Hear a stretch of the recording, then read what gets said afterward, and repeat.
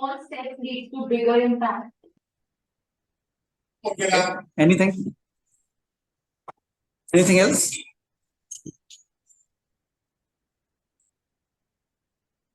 Okay, so what I wanted to share with you is not something an elaborate presentation or anything of that sort. What I wanted to share with you is a trick of seeing things in a different perspective, right? We all have our different lines of work and we all do different things in life. Some are successful, some don't turn out to be as successful. But everyone at some point of their lives has created a process around whatever they do. Okay. And we fine tune that process to a certain extent and we find out that we tend to look at the big picture a lot. We tend to look at the end goal, the end result. We tend to focus on that a lot. But in the process, we always tend to forget that it's actually the small things that when they fall into place, make the big picture happen. So in yesterday's Insta Live, which I can see Shivani smiling about already, there was this little snippet that I gave about it, right? And that was the example of a jigsaw puzzle, right? We all know what that jigsaw puzzle will eventually look like once it's assembled. We already know that. But if we focus too much on the end result in that jigsaw puzzle, we'll never be able to actually figure out which piece goes where because these are really, really small pieces. Each piece has got a different fit and a feel. So you will need to focus on those little pieces, find out what piece goes next to what piece. And finally, after hours of work, they assemble together and form that big picture that you've always dreamed about, right? Same goes for a Lego puzzle. The bricks for a Lego puzzle, if anybody has that experience, they're very small bricks and they're almost every single brick is of the same size. So it's really incredible that these small bricks, when placed together, form such a beautiful puzzle, right? But they all have the same building blocks.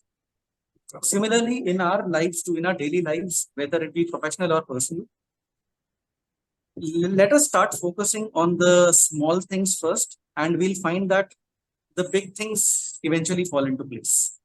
What are those small things, you ask? Number one is doing the things that you think matter the least consistently. Okay. It might be as small a thing as making your bed in the morning. Right? Who thinks it is important? Very few people, right? A lot of people would give an excuse that, oh, we are, it's a bit rush. We have to beat the morning traffic.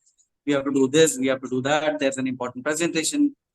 There might be thousands of reasons not to do it, but I need only one reason to do it. And what is that one reason? Having the discipline to make your bed in the morning gives you that early discipline in the day that you will require to do other tasks. If you are disciplined day in and day out to make that morning bed, you will gain the discipline to focus on even the most mundane tasks in the manner that you need. Right? So that is point number one. Doing the very small things right. Turning off a light bulb when it is not in use. These days, we all have these fancy houses. Right now, I am also in a house which is being made for me. And they have got these innumerable small focus lights, right? So people get into a habit of saying that these are very small lights, maybe 1 watt or 2 watt. What does it matter in the long run? We let them remain on. It's for a show. It's kind of fancy, right? The house looks fancy. But we tend to forget that these small gestures of not turning off a single light. Just imagine 100 or even 1,000 households adopting your same thought process. So that 1 watt now has added up to 1,000 watts of electricity being wasted every single minute just because somebody thought it was fancy. Now multiply that by 1,000,000 households having that same mentality, and what do you get? A colossal wastage of a resource that could have been used somewhere. And you would say, why does that matter? I pay my bills. So do those 1,000,000 households. But when we tend to forget that there are areas of the world that would pay an arm and a leg to get the electricity that you've just wasted, it does make a difference, right? For instance, there is this one friend of mine who lives in a remote African country, right? They have to wait 3 days for the electricity to come once it is cut. 3 days they have to live without electricity if it's cut once. Because they can afford electricity only 2 to 3 days in a week. So only 2 to 3 days a week they get the luxury of having electricity. So also they can only heat up water during those 2 to 3 days, which also means that they can take a bath only 2 to 3 days in a week. Right? It is that complicated sometimes.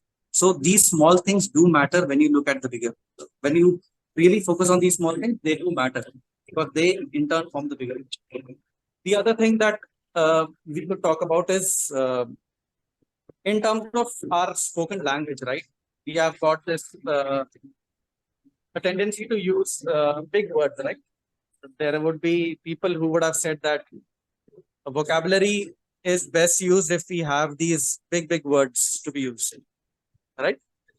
But more often than not, I would tell you that the person who has got the maximum command over his vocabulary is a person who knows when to use the big words and when to use the small words, right? In my current form of diction, I always tend to use words that are simple, that can be understood by a majority of the population. Why do I use simple and easy to use words? Because if I know my audience well, I know that for a majority of the audience that I speak to, they might appreciate the language which I use, but they won't appreciate the message. And then what is the purpose of communication? I might use the most fancy words in the English dictionary, but if my message does not get across, does it have any purpose? Right? So the small thing of focusing on the right usage of words, and that also comes from another small thing, knowing your audience, a thing that we take for granted so often. We prepare a lot during our prepared speeches in Toastmasters, right? But have we ever tried to gauge if the content I'm trying to form and in the audience I'm trying to deliver it in front of, are they the intended audience? And most importantly, the content that I'm trying to prepare, is it relevant for them? Am I using the right words to convey the emotions that I want to through my prepared speech? Right? I may use the word naive. How many of you really understand the meaning of the word naive? Or innate ability, right? I might use those words, but we have alternatives that would appeal to a larger section of the audience. It looks good. You would score brownie points in the grammarian's book. You might have a lot of mentions, but at the end, it's good to learn new words. I'm not saying that don't learn new words. It is always good to enhance your vocabulary, learn new words, learn new ways of pronouncing the same word. But the most important thing to know is, in addition to knowing new words, you should also know when and where to use them.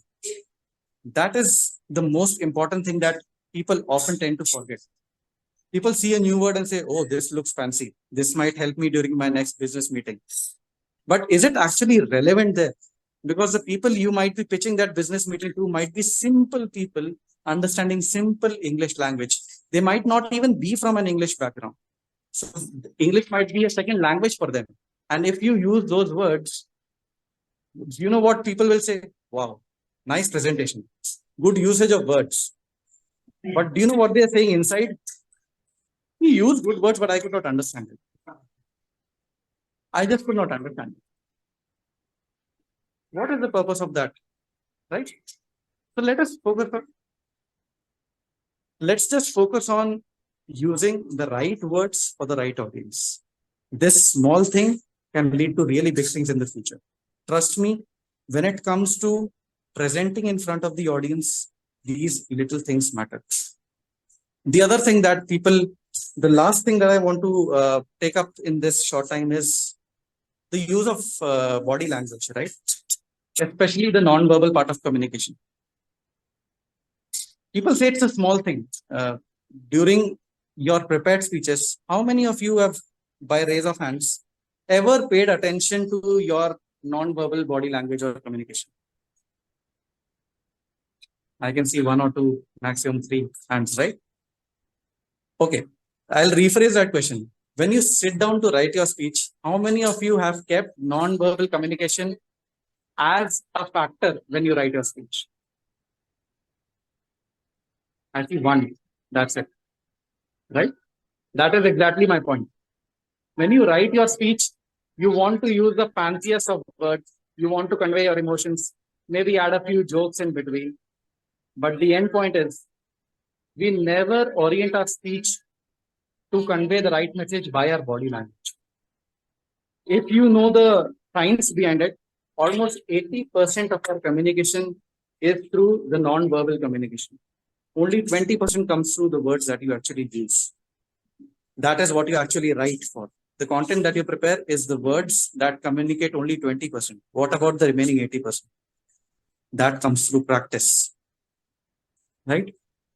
Ensuring that you give your prepared speech content at least 2 to 3 dry runs. Ensuring that every gesture, every single non-verbal communication that you do on stage is planned.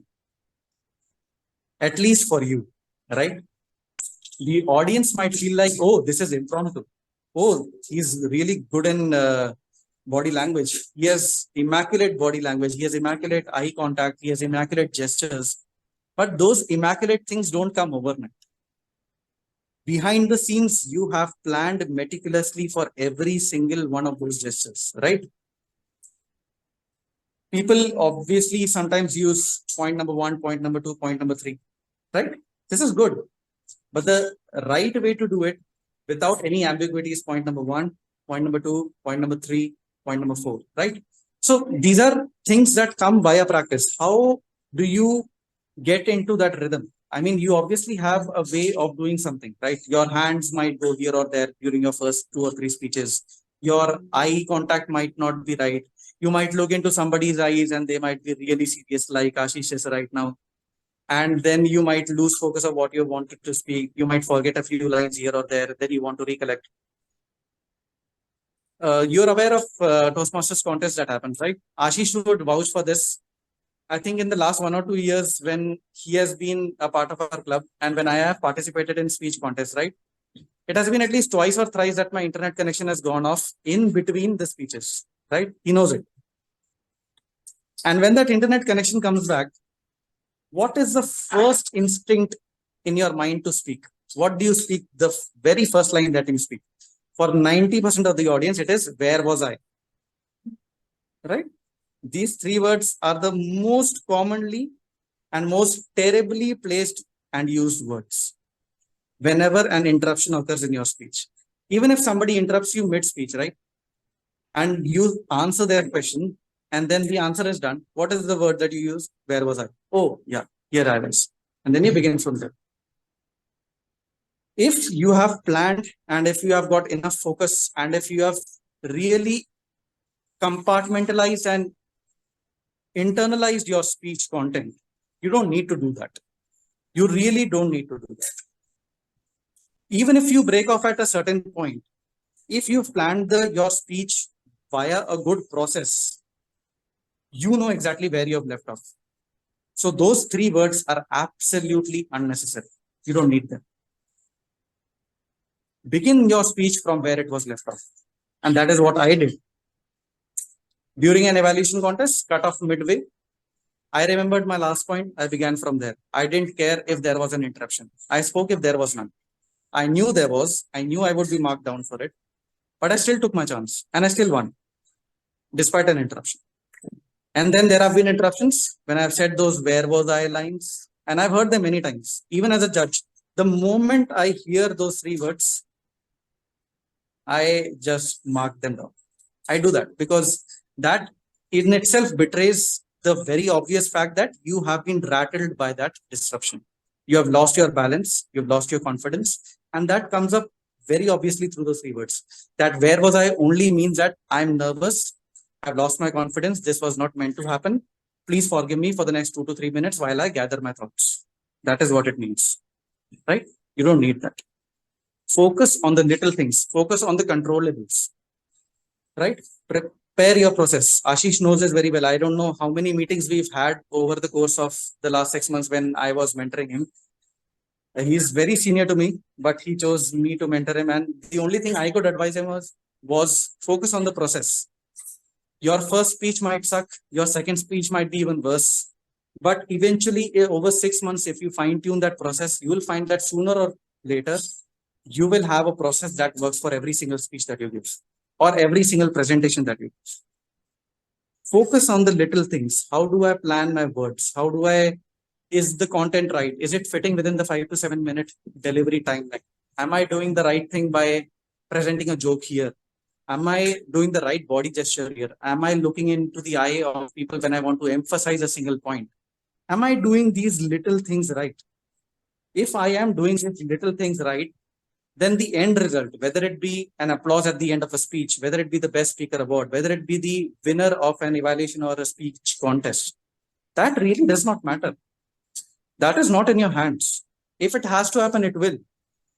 If you focus on these little things and point by point, if you have aced those little things, you will find that the big picture will fall into place. It is impossible for the speech not to be awesome when these small things are good enough, right? So the challenge is how to do that. There is only one thing which is not a small thing that would help you do that, and that is practice. Practice as much as you can. And therein comes the value of your mentor-mentee relationship, right? You in Toastmasters have got that wonderful opportunity to connect with your mentors, your mentees. I've learned a lot more from my mentees than I've learned from my mentors. And this is not an insult to my mentors.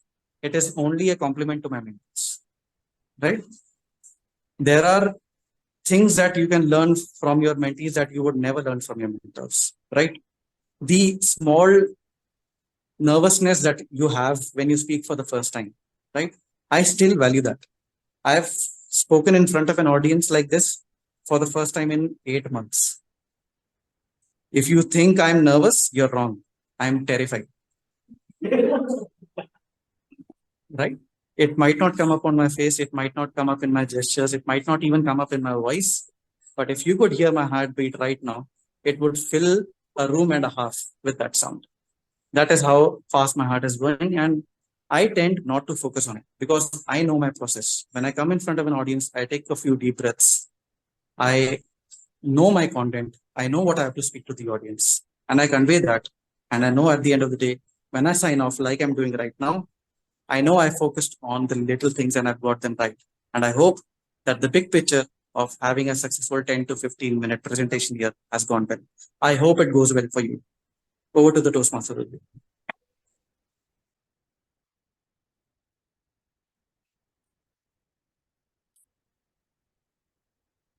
Thank you.